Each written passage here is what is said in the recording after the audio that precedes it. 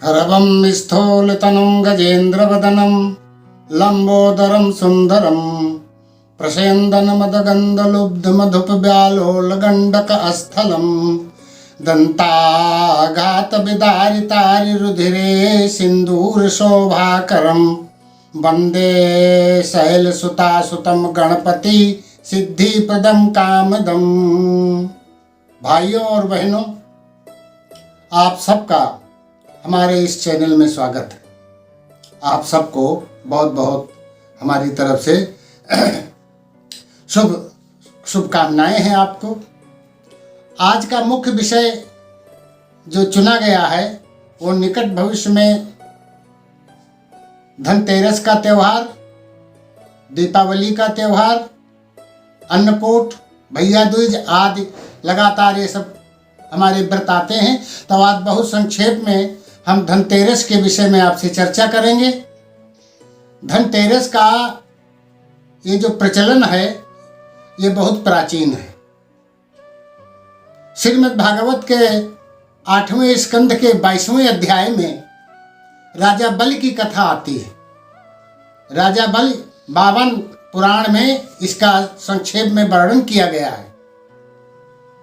भगवान विष्णु भगवान 52 का अवतार बना करके 52 अंगुल का और राजा बलि के पास जा करके और वही अपना 3 पग जमीन मांगते हैं। और उस कथा को विस्तार में नहीं जाना, आप सब जानते हो।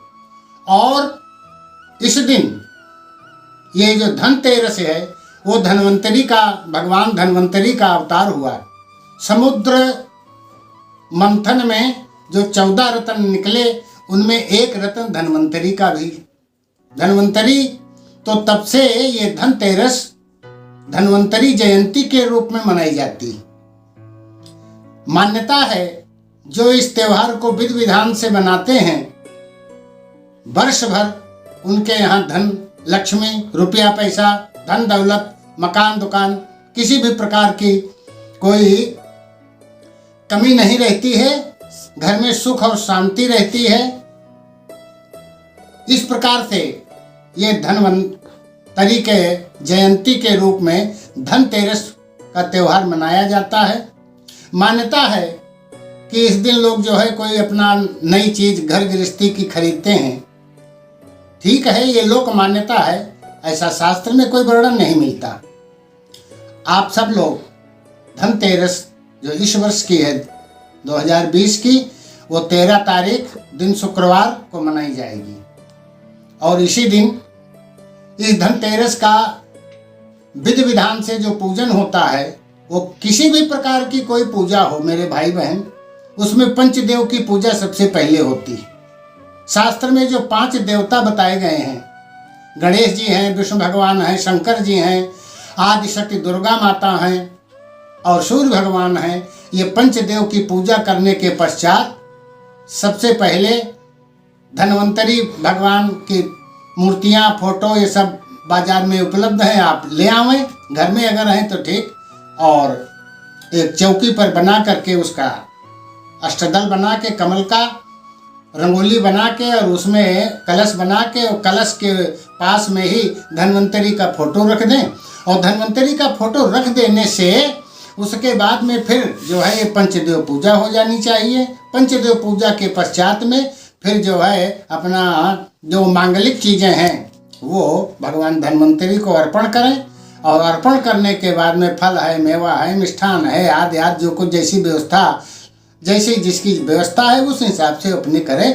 तो ऐसा करने से लोक मान्यता भी है और शास्त्र भी कहता है, पुराणों में भी वर्णन है कि वर्ष पर्यंत आपके घर में लक्ष्मी की कमी नहीं रहेगी, धन आता रहेगा।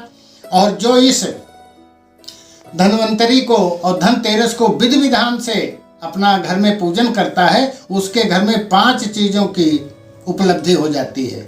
नंबर 1, बहुत संक्षेप में, विस्तार तो बहुत है लेकिन संक्षेप में ये है कि लक्ष्मी जो है वो सबसे पहले इस दिन पूजा करने से व्यक्ति के अंदर बुद्धि जो है बिल्कुल शुद्ध हो जाती है। और यही आजकल परेशानी है सबको कि बुद्धि भगवान ने दी है और उसका उपयोग जो है हम दुर्बुद्धि में करते हैं, इसलिए हम सब परेशान हैं। तो पहली चीज, इस पूजा करने से बुद्धि निर्मल हो जाती है। दूसरी वस्तु जो प्राप्त होती है इस दिन पूजा करने से, तो वो समाज में यश, कीर्ति, मान, सम्मान सब कुछ होने लगता है। सब प्रणाम करते हैं, नमस्कार करने लगते हैं सबको, मेरे भाई बहन।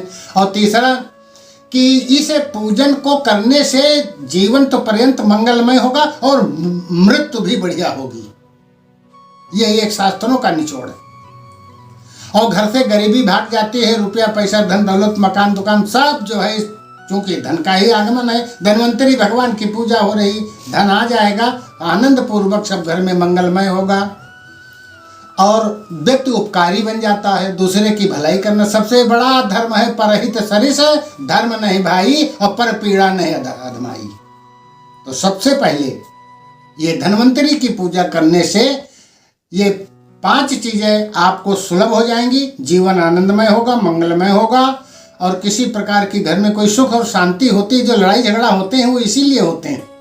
जहाँ पूजा नहीं होती बस ठीक है, फॉर्मेलिटी में ये कार्य नहीं होता। मेरे भाई बहन, भक्ति और श्रद्धा के साथ में इसका पूजन करना चाहिए। और इसका पूजन करने से आप देखेंगे साल भर बहुत बढ़िया आनंद पूर्वक सब जीवन व्यतीत होगा। और बस इन्हीं शब्दों के साथ में और बहुत सी बातें अगले एपिसोड में हम बताएंगे। आप सबको प्रणाम।